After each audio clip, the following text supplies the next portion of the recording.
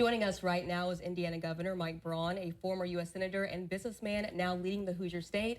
Today we'll talk about his views on immigration, tariffs, and the future of education in the state. Governor Braun, thank you so much for being here. My pleasure. Right, let's dive in.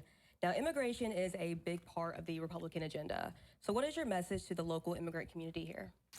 So, country built upon immigration, and I think, of course, we all know legal immigration, and it's been the biggest issue. I was down at the border twice as a senator, once down in the Del Rio section and then at Eagle Pass, where during the Biden administration, it got to be just in that one small town, 7,000 illegal immigrations daily. I mean, it just swamped the community in the area.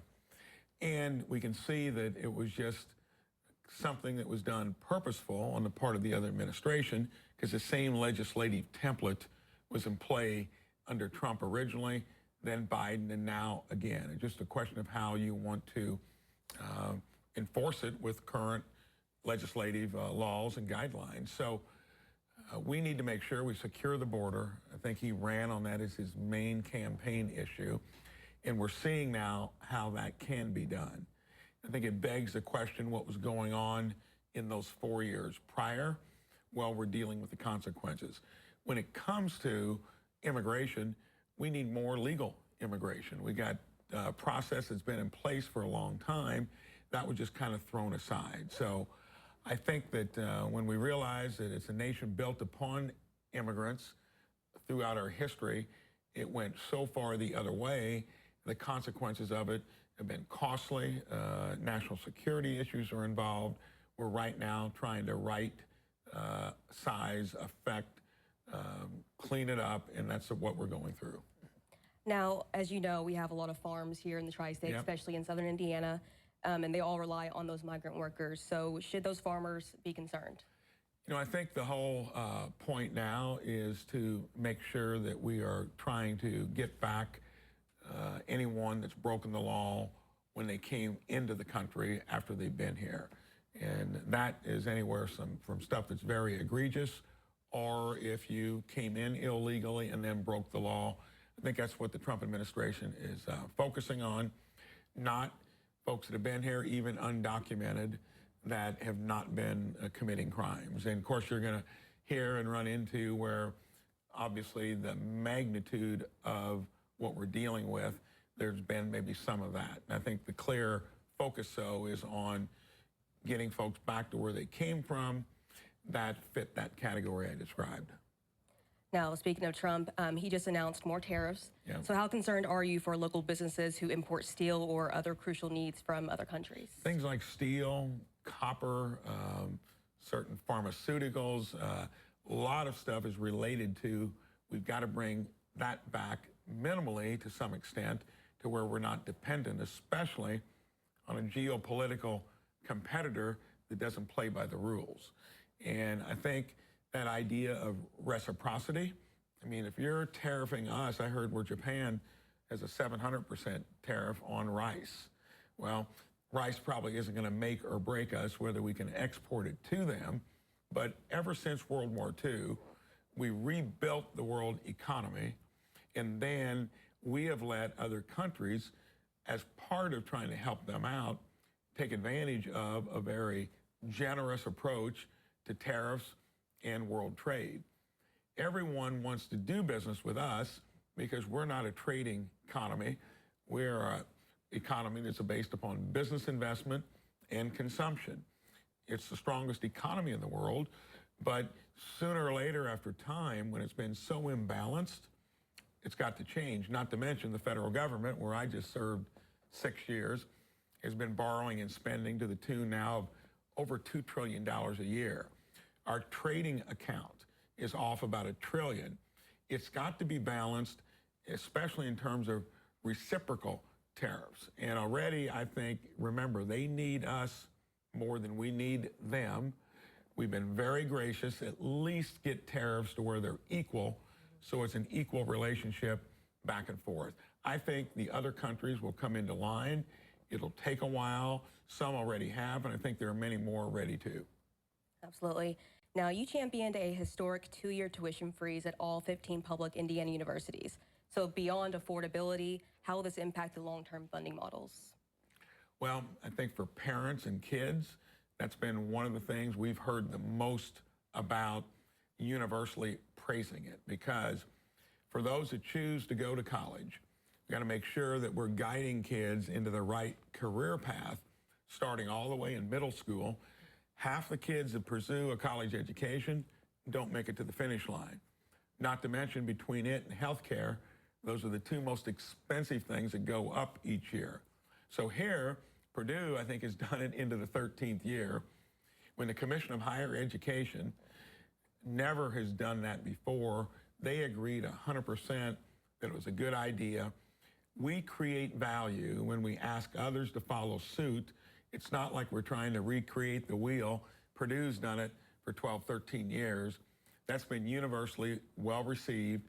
They need to find out ways to run a little more efficiently, make sure they do things like a lot of the schools had degrees that there were hardly anybody utilizing.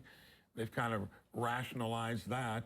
They need to start approaching it a little more like a business would. It creates value, better choices for parents and kids.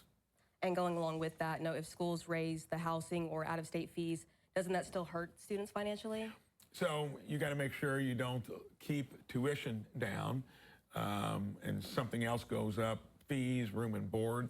Here, the message should be run your operations like most other places have in the business world.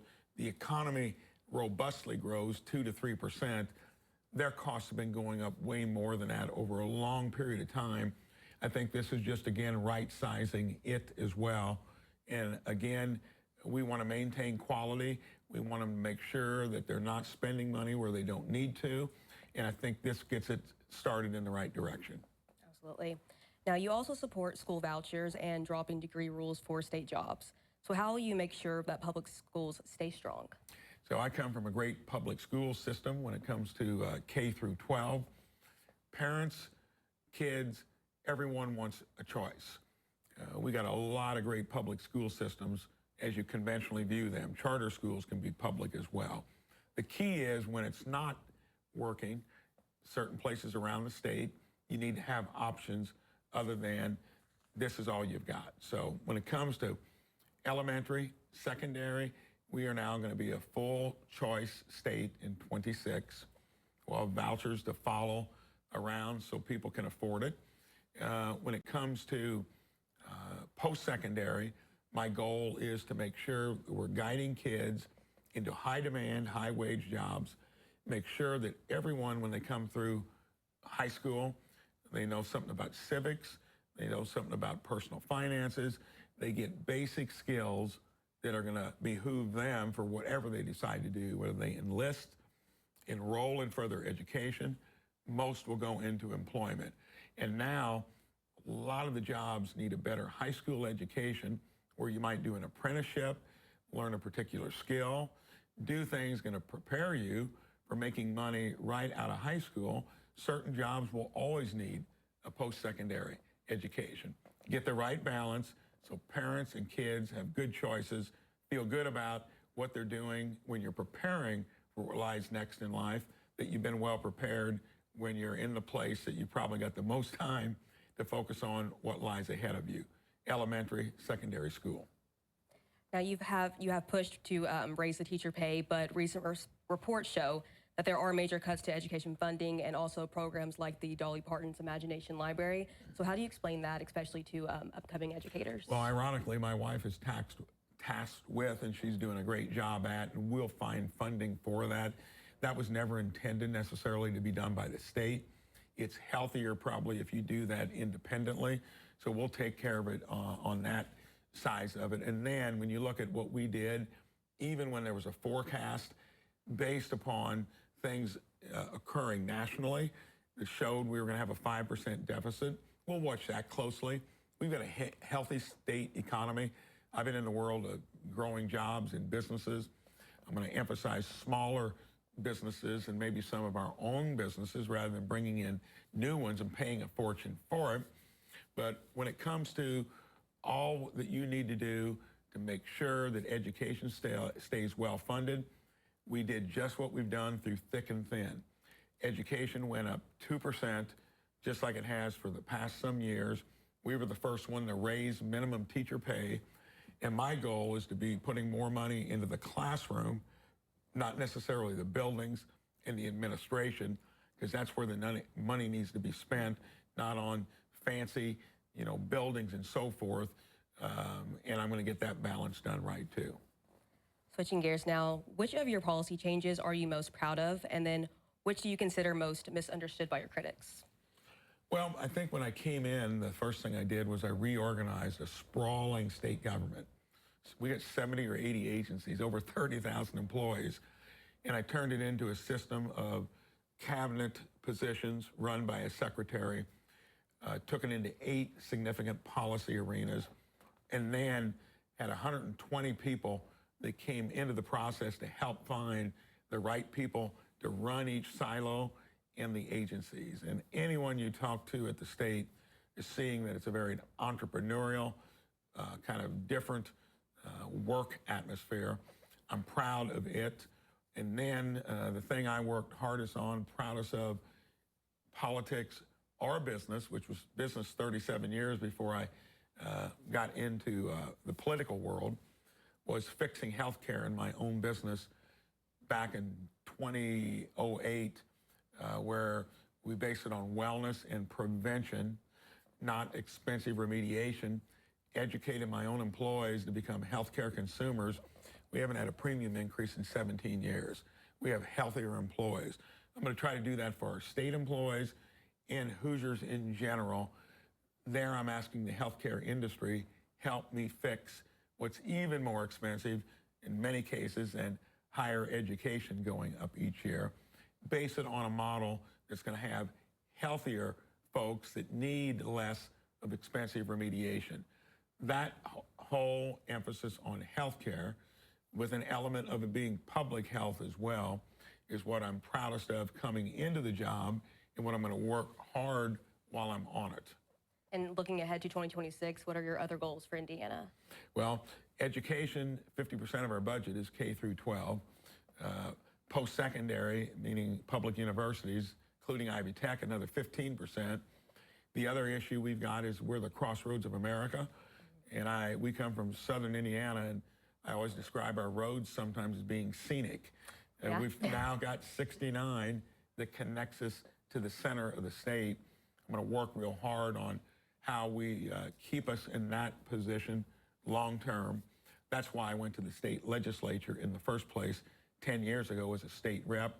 So between education, healthcare, infrastructure, public safety, I want to make Indiana a place that we get our kids and our grandkids come back, raise a family, start a business.